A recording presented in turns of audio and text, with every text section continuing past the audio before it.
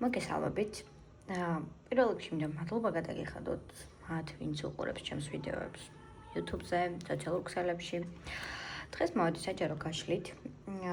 ვიცი, ორი კვირა არ მიაქტიური ამ თვალსაზრისით ამ კუთხით და ვფიქრობ, რომ დროა საჯარო გაშლა ჩავიწერო თქვენთვის.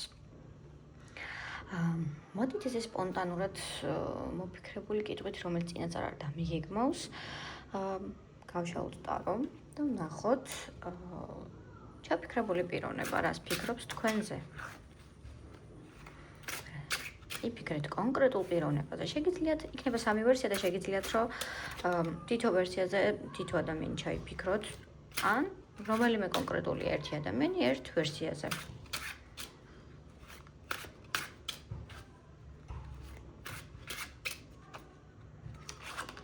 ვარიანტი 1, ვარიანტი 2, ვარიანტი 3. ერთ წუთს მოგცემთ რომ ჩაიფიქროთ. ძალიან ბევრი არის ფიქროთ, იმიტომ რომ ჩვენი ინტუიცია თავიდან უკვე არ ნახობს ხოლმე სწორ ვერსიას და შემდეგ ფიქრის შედეგად ხშირად ვცდებით ხოლმე არჩევანს ვიცვლით. აქედან გამომდინარე, შეგიძლიათ ვინც ვერ მოასწარით დააპაუზოთ, მაგრამ ინტუიციას პირველივე წამებში ენდეთ და დავიწყოთ. ვარიანტი 1. რა ფიქრობ ჩაფიქრებული პიროვნება თქვენთან დაკავშირებით? ჩაფიქრებული პიროვნება ფიქრობს, რომ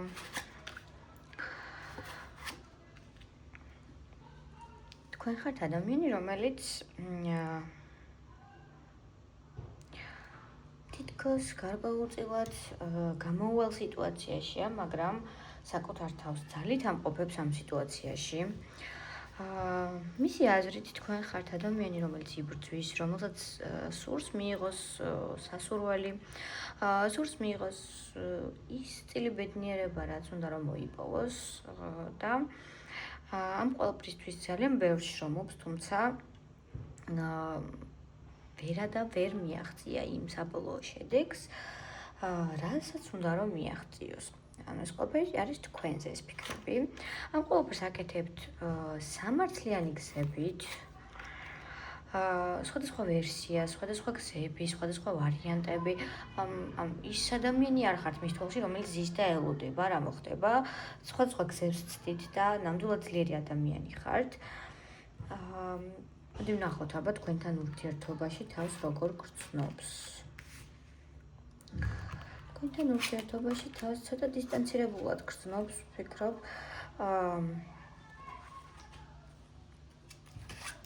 ცოტა მკაცრავად სტატივი მოძრაობს.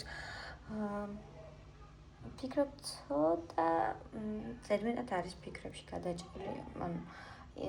ცოტა ზედმეტად გულისხმობ იმას, რომ იმაზე მეც ფიქრობს, ვიდრე საჭიროა, რაც ხელს უშლის მას ურთიერთობაში იყოს აქტიური, ისე სათანადოდ, როგორც უნდა იყოს ის. გარკვეულწილად უფრო მოაზროვნე ადამიანია თქვენს გვერდით, როდესაც არის. ადამიანი, რომელიც მოაზროვნეა, უფრო გონივრულად წვიტავს და არა ემოციურად. გარკვეულწილად არის მებრძოლი ადამიანი, თქვენთვის მზად არის, რომ რაღაც ნაბიჯები გადადგას, იბრძოლოს. რა თქმა უნდა, ეს ყველაფერი არ ჩანს და ცოტა იდუმალებით არის მოცული, თუმცა ვფიქრობ, საკმაოდ საინტერესო ვერსია გამოვიდა. მოდი ვნახოთ შემდეგი ვერსია.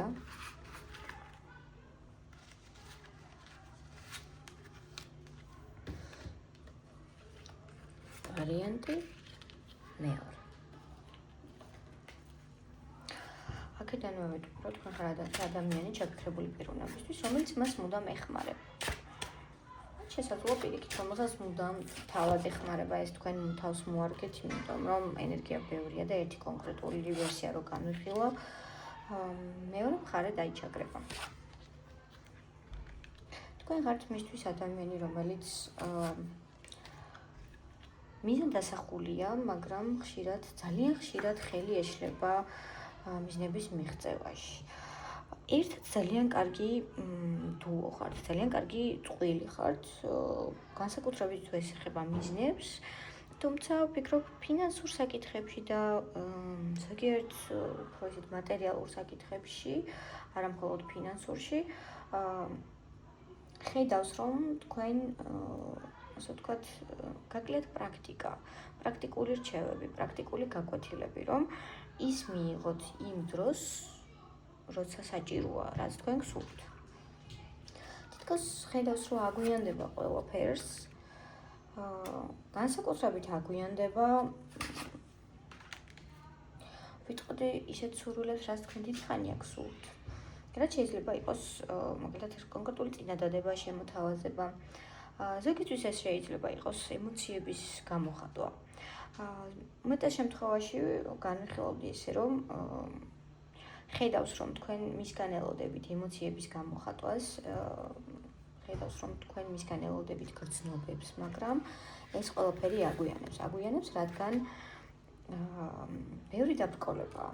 თითქოს კონკურენციას გრძნობს, თავს ისედაც კარგად გრძნობს, როგორც არის და ცოტა წარსული შიშებიც აქვს გარკვეულწილად ძველი ურთიერთობიდან. ზოგიერთი შემთხვევაში შეიძლება იყოს უკვე თქვენთან არსებული ურთიერთობიდან.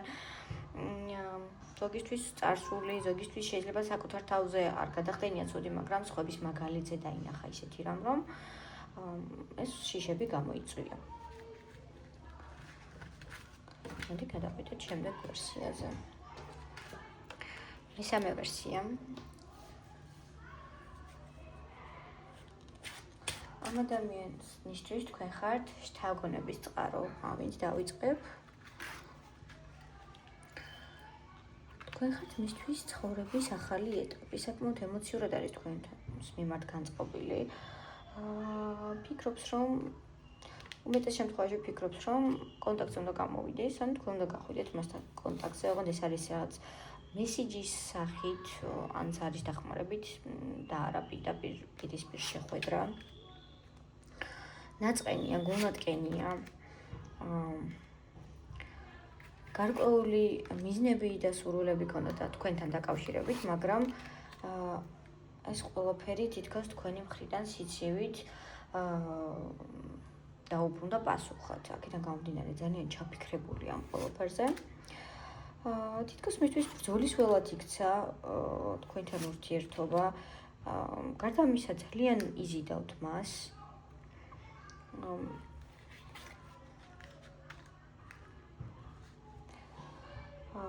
პირდაპირ ვიტყვი, რომ მისთვის ხართ მიმზიდველი, უმეტეს შემთხვევაში ეს ვერსია ქალბატონებს გეკნებათ ჩაფიქრებული, მისთვის ხართ ქალბატონი, ზოგიერთი შემთხვევაში მასზე ასაკით უფროსი ხართ. ძალიან იზიდავთ მას, ძალიან ბევრი გეგმები აქვს თქვენთან დაკავშირებით, უნდა რომ ასრულდეს ეს ყველაფერი, თუმცა თითქოს რაღაცა იმედგადაწურულია. თითქოს შორიდან შესცქერის წარსულს, თითქოს გრძნობს, რომ ის რაზეც შრომობდა, რასაც აკეთებდა ურთიერთობისთვის, თითქოს ორივეს მხრიდან ხედავდა, თქვენი მხრიდანაც ხედავდა რაღაც საპასუხოს, თავის მხრიდანაც რაღაც გარკვეულწილად დაბიდებებს დგავდა და აკეთებდა, ეს აბედნიერებდა, მაგრამ ესე ვიტყოდი, რომ ფიქრობს, რომ რას ვიზავთ, ბედი არ ყოფილა, მსგავსი ფრაზა მიდრიანებს, ახლა ამ არგანებს რომ ვუყურებ. მაგრამ ეს იმას არ ნიშნავს, რომ მაგალითად ყველაფერი დასრულდა, ან ხელი ბოლომდე ჩაიქნია ადამიანმა თქვენთან ურთიერთობაზე. ეს ყველაფერი არის ამჟამინდელი ფიქრები.